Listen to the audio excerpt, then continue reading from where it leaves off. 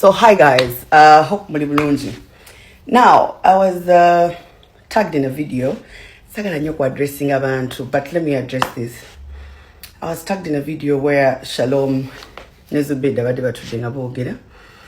Nagamba nti Nalongo Lewis ne shira price bawabya abakazi. Bannayuganda abagamba mushira price Nalongo Lewis Zubeda mulemeseza abantu okufumbirwa. I support them. Badi babudibi batwe kwa sasa chonchikiriza. Shamimu mulemeseza abantu obufumbo. Mulemeseza abana batofumbirwa. Omusajja tomwebika nomuyalira. Omusajja mbwa osanga omusajja osanga ekipira. Era n'abasajja bebavaira ne babyogera ku bakazi. Mukwano njagala kutegeeza. Aye kwa sandi fetu badibiza. Wadiba bintu byo. Gendo ofuna bwajja ke ekikoligo muri basingo mother ofumbo bwalema kaneba n'abaana abatomu balemu balwanisa tubagamba muve mu bufumbo. Where on my YouTube have I ever said that? Because you know what, we cannot promote single motherhood kubanga si kyakabi. I am the same person ever wana nembagamba nti bwoba oli mu bufumbo nga bakyakuwa. They still provide for you. You eat, drink, you have a roof over your head. Abana bo basoma tova mbufumbo. Unless it is toxic. Bakuba tebakuwa kyakulya abana bo tebasoma oba okola woki. I am the same person eyajawanira nembagamba nti omukazi yenna, your biggest enemy should be poverty. Oyina kubanga gwosinga okuwalana ku nsi kuno bwavu si muntu munno. Omukazi ayina okwekolera. You're supposed to look for money, because at the end of the day sibuli single mother nti bamuleka wonti yava mbufumbo nedda. Tuni ba single mother nga they are widows. Kati yakola ati omusajja afudde kiba kitegeeza nti ayina okwekolerera akolerera abaana be. We all know extended families teziri supportive. Wano omuntu afudde begabanya abaana ngenda kulabirira oli ngenda kola bwe bati ngenda sasula fees. None of them come through. So at the end of the day omukazi naino ina kwekolerera. Eddembe ly'omukazi sente. So we are not telling you to leave marriage. We are not telling you to single motherhood kyakabi. No. Si kyakabi, by the way. Ogenda kaaba buli kanaku. Because ojako wakafuna esanyu bajje nga bakusaba school fees. Ojako wakafuna esanyu landlord ajje. So oba okola ebyo nebina togenda kubiwulira. My only point is never look at a man for everything. Ntagenda kuwa padi akuwa omunyo akuwa muchere alabiriye jjajjawo alabiriye maama wazimbira abe wamwe bajja kumanyira. So we are not preaching to move bufumbo, no. Wali ofumbo nga buli beautiful, the people that have perfect marriages. Ngai katonda yamuwa omusajja omulungi. Ate oyinza osanga nga omukyala gwe buzibu gwalina empisa embi, gwatawulira, gwe mulogo, gwe mukyafu, nga gwe buzibu bwo. We are not here to always say nice things about women. So numwanyo ng'omuntu agenze ku internet n'agamba nti Nalongo promoting over single motherhood. Because sikeranga ku makyane bagamba nina ekibiina ky'aba single mother, buli ayagala ova mu bufumbo jangu oyingire mu kibiina, no. Because I'm not here for money, okay? Njagala fena to respecting each other. Please, when you're mentioning my name on the internet, make sure you're saying the right things. I keep quiet. I do not like attacking people, but do not put my name in circus. And you should just jagalira ddala. Yes, let's respect each other. Ekitiibwa kyenkuwa nawe ky'obumpa. So before you mingle my name in drama, please make sure your facts are right. Okay? We are not promoting single motherhood. Teri agala bana babendi babonaabone. Mwinzo tulano ku internet batubonaabona sente tuzinoonya nga abasajja. We leave our children in the house netugenda ne tukola ekiro. Ngabo beebase. Fene ekiro nga tulina kunoonya sente. Ze nkola kiro na misana ensi yonna ekimanyi. So I wouldn't want that for myself. I also want to sleep. Nange njagala mbeerawo nga bampadde Range Rover ey'obwereere. But I'm looking for money to buy it for myself. So it's not easy. We're not living an easy life. So we are promoting single motherhood. No, that's not right. It is not right. Please, let's respect each other.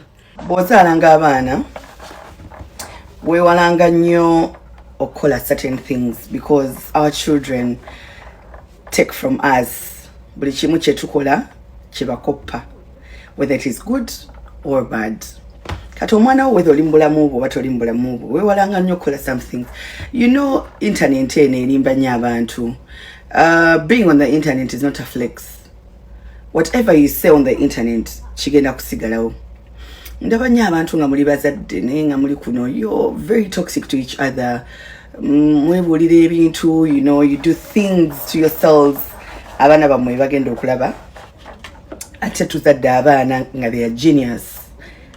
Zino video bajja kuziraba bajja zifefetta or one way or another zijja mutuukako oba banne bajja zikozesa omubuulinga depending on what the parents are doing to each other. This internet doesn't want to know.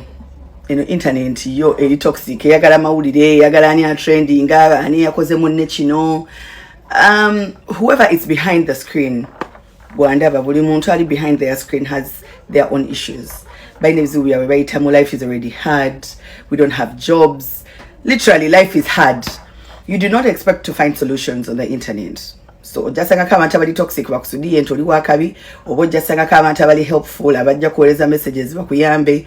But bringing your problems on the internet is not a flex. It is not a flex. It's actually showing your weakness. For example, if you're going through depression, anxiety, if you have issues in your marriage, no jano we take on the internet, you're not going to find a solution. What will get trending? And at the end of the day, you're still lonely. You still don't have a solution for your issues. So I feel like let's use the internet mobulungi, and then the picture we are portraying to our children. What's bato right now? Neba jakula. Bino bajja kubiraba. And I don't know how abana bo boli mukuza. I don't know how they're going to perceive this information. Joli mukuwa munsi. Beba anabo abagenda okuwasa abana babalala abali raised in the right way. Abazadde ne babeera nabagamba wano nti love gwawo buli kanako. You can stop loving someone. But abana bo, think about your blood. The picture you want them to, you are portraying to them, what you want them to learn from you as a parent. So to run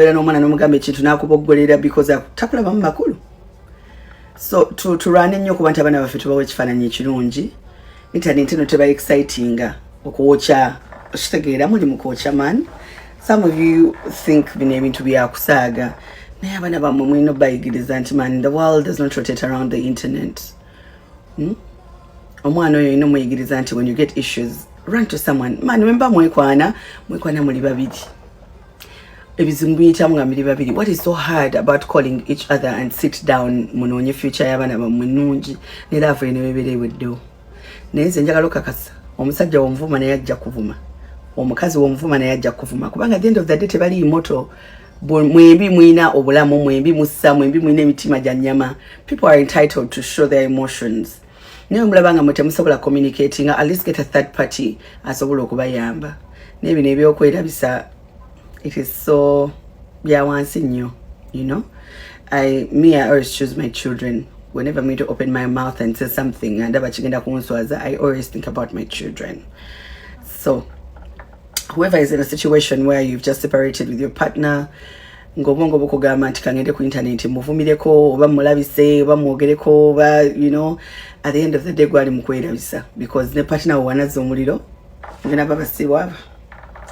But at the end of the day was when you choose to keep quiet, no gamba kale kamuleka ya shining go oba yayogere byayagala, but for the sake of my children I'm going to keep quiet. You're the winner. Internet ejjudde abantu abalina ebizibu, abantu baba bazze wano kunoonya nseko si kusolvinga bizibu byabalala because they also have their own issues.